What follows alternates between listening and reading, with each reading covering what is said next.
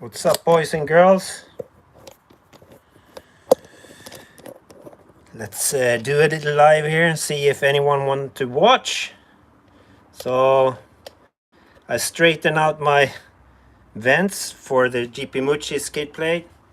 I cannot see you guys commenting, so I will shake the screen a few times every now and then. But you know, my mesh net was all destroyed, so I'm making a new one. And the easiest way is to just buy it. You know, if you have like a local car hardware store, they have this like for customizing your car grill or whatever. You can buy this kind of net and pink nails. You just cut out a square, and there are some parameters that you need to take, you know, to account. You cannot go all the way down. Of course you can. Then you don't need to use screws down here. You can just sandwich it in between the different the bar that goes on the bike here that attached to it. It doesn't really matter if you bring the skid plate forward a bit, which you will do when you sandwich this in between, because you have elongated holes here and adjustable brackets on this, you know, up here on the flanges. But I'll have mine up above, and you know, you can see this is a bit too big. The first time I did it, I took a cardboard box, I cut it out, and then I cut the net out from that. But this is actually a bit more simple, because you just put it in the place that you want. I already have drilled and tapped some holes here, so I already have, you know, my screws, which are the exact correct length and everything. So it's easy for me to just, you know, find a good placement where it covers everything. I will keep the net oversized because I can cut it down afterwards. So I'll just bring out my washers and nuts. Come on. And then, well, that looks to be good. All fine. Don't screw it in tight. You know, when you do this the first time, you just find a good spot to put a screw, drill and tap. Or if you have a rivet gun, use that. That was my purpose or sole purpose in the beginning, to rivet it in place, but I could not find my rivet gun. So I'm gonna see if we have any live audience. Yeah, 5 people. Oh, how do I see the text here? Can I? Yeah, down there. I need to move the camera because I cannot touch the different places. Live chat, all messages. Should I make something explode? No, I'd rather not. It's enough with just messing up the oil filter and everything. So one in place, second screw or bolt. So I just have a, you know, drilled and tapped for M4 size bolts, and you need to use a washer because it will rip apart otherwise. And yep, I have it aligned with some holes up here, and I have some bigger washers because they don't fit down below, or I could not find the same size. I think that's why I didn't use the small washers. There we go, all tied in. See if we have any more fun questions. Nothing.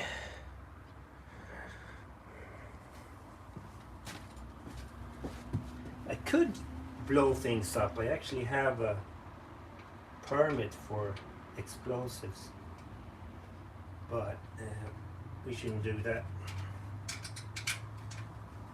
But it's fun to blow things up, that's for sure.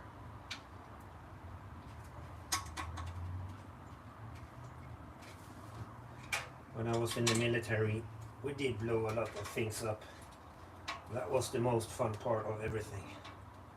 Just blowing shit up. So I can see that I need to move around some nuts because I actually, you know, screwed them in place. They were a bit too long, and then I cut them off. So it should be longer bolts down below and shorter ones on the upside here. I hope you guys enjoyed my latest bunch of riding videos. Unfortunately now it's like a summer break at the Enduro Club, so I will not be riding in the same place that I have been in the last two Enduro trainings, but there are other places that I can ride for sure. You just have to pay a fee when you go there, like a one-time fee. That's no problem, not expensive, like 10 euros. That's okay. That looks to be okay.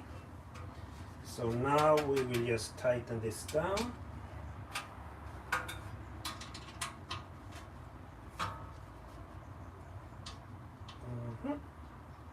So what I do now is I take my needle nose cutter, and I just follow a line here with net, because if you have a lot of excessive of this, you will have this sound when you're riding. You don't want that. It's irritating. And I'm actually almost thinking about drilling and tapping more holes so I can actually have a screw here as well and keep it tight, because I had another branch going through the vents a while back and it actually pierced this net. But the good thing with having this, some people are asking, no, do you prohibit a lot of air coming in? No, you do not. Okay, if you go in really muddy places and you fill this up with mud, of course you will, but otherwise you get a lot of big gravel, rocks and small, you know, sand and all that crap in underneath your engine, and that's not really good. You know, if you have a big piece of gravel underneath here, in between the oil sump and the guard, and then maybe you fly over some rocks, hit the skid plate really hard, and you have a rock that is, you know, pinched in between the oil sump and the bash plate, you could actually crack the oil sump, and that goes for all the different, you know, skid plates, right? So not good. It happened to a friend of mine.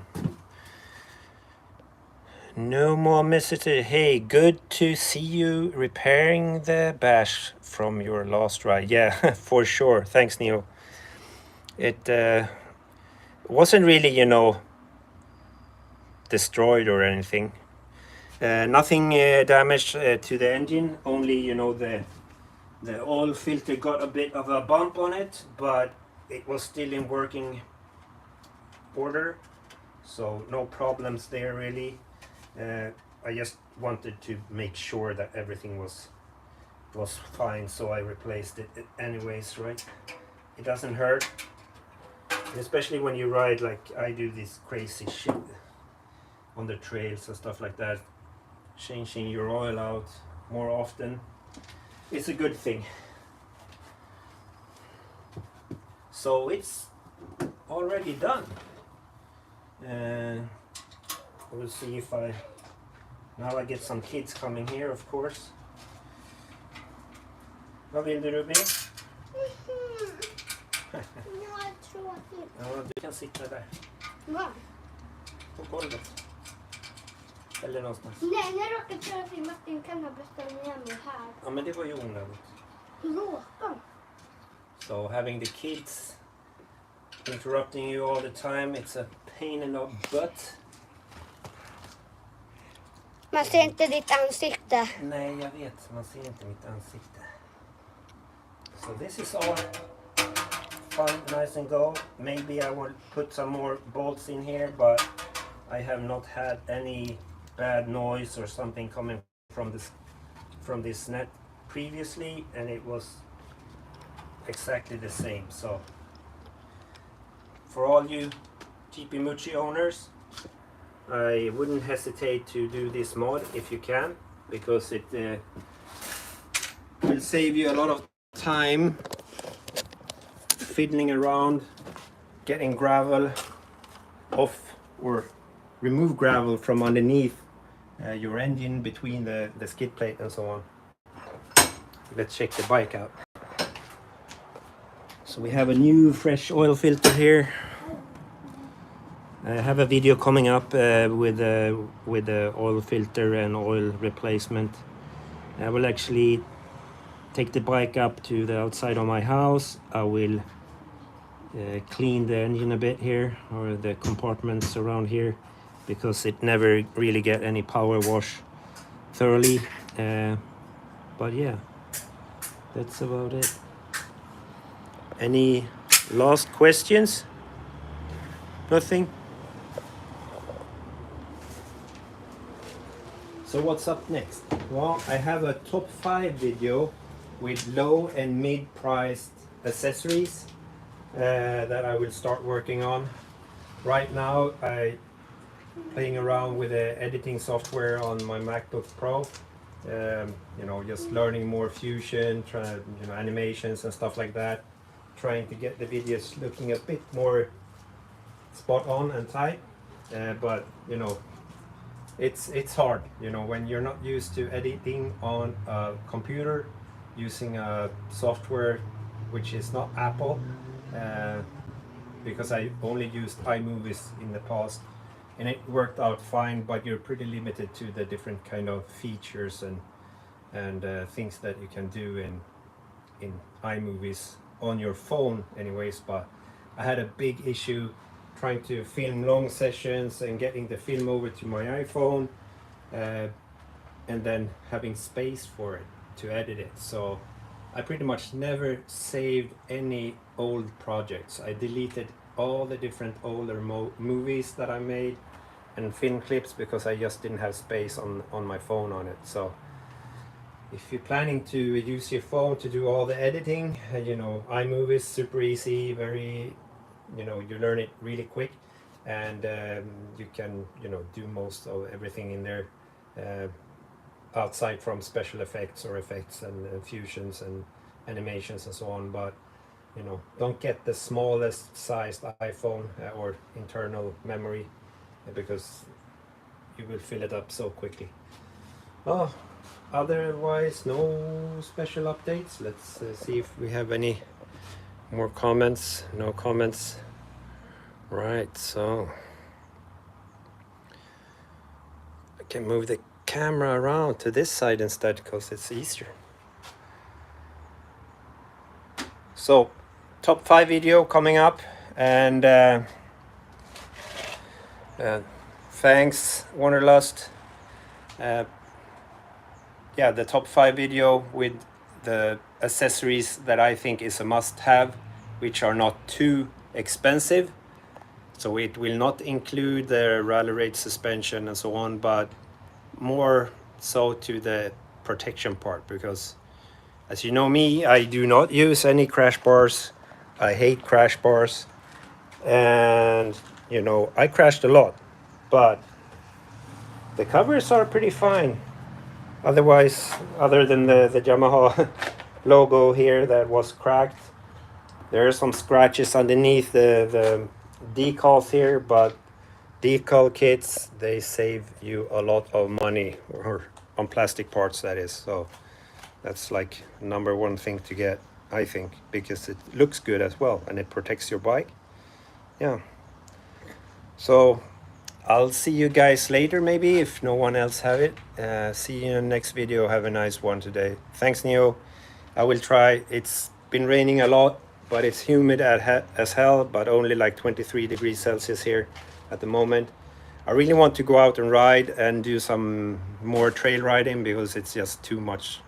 It's too fun right? So, but I know it will be muddy as hell and really slippery on the normal areas where I go, and it's not too fun on a 204 kilo bike in the mud, or slippery routes and yeah, all that shit.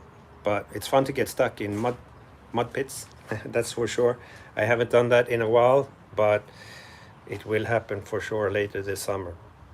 So that's it, guys. Maybe we will have more other really exciting news later on, but I can't tell right now, but we will see. And I think you guys will be stoked. And if it happens, I will be super happy. That's for sure.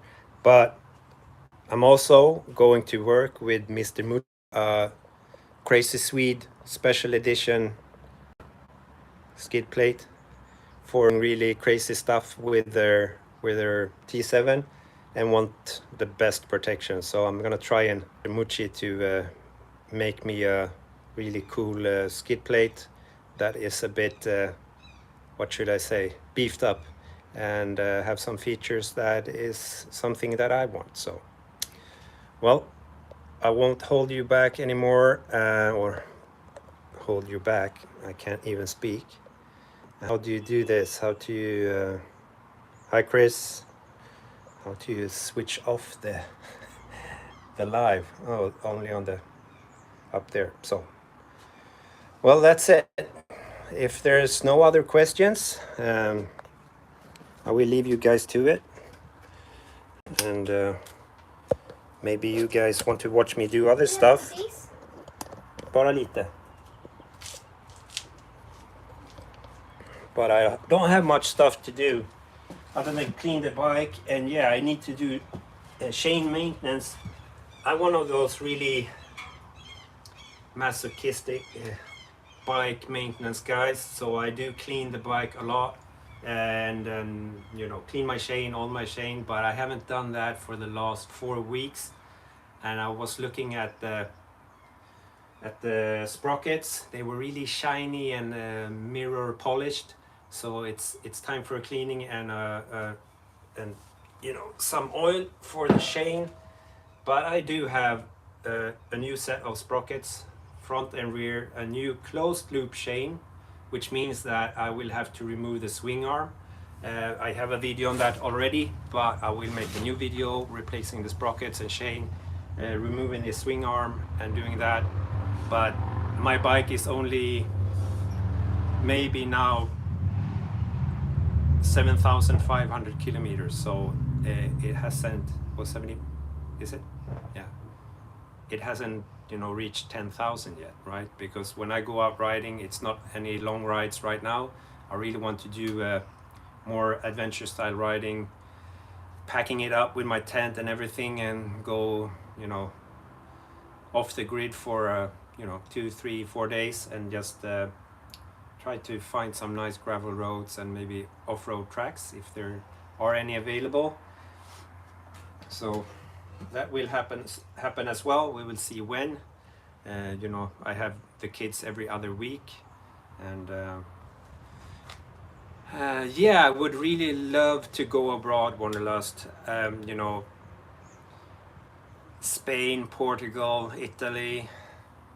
You know, that would be super fun, but then I would take, you know, a couple of weeks off and do that. And with the family situation, it's pretty hard. And I will try to do a shorter trip, maybe a week or so, going over to Estonia, because their TET section is really good. A lot of sandy places, beaches, or not beaches, but sandy TET areas, and also really nice gravel roads, and more kind of off-roady tractor trails, and pretty, you know, from easy to harder technical level. So, you know, that's just a day's boat ride for me with a bike over, so you can do it in a couple of days, squeeze in like 2,000 kilometers in a couple of days. Otherwise, you know, Portugal and Spain would be really fun to go. you know, when you see the Tet there and all the different off-road and or you know, gravel roads and so on, and the scenery as well for sure. But I wouldn't want to do it in the middle of summer, right? Because it's freaking hot down there right now. I have plenty of colleagues down there south, and they have had a crazy summer or start of the summer, a really early 40 to 45 degrees temperature, which is not normal, right? So I would die in that heat. You know, I think 30 degrees up here, which we had for a couple of days, it's really hard for me. You know, I want to sit at the AC indoors and not move around, or just stay at the lake in the water and cool off, right? So any other questions before I leave you guys to it?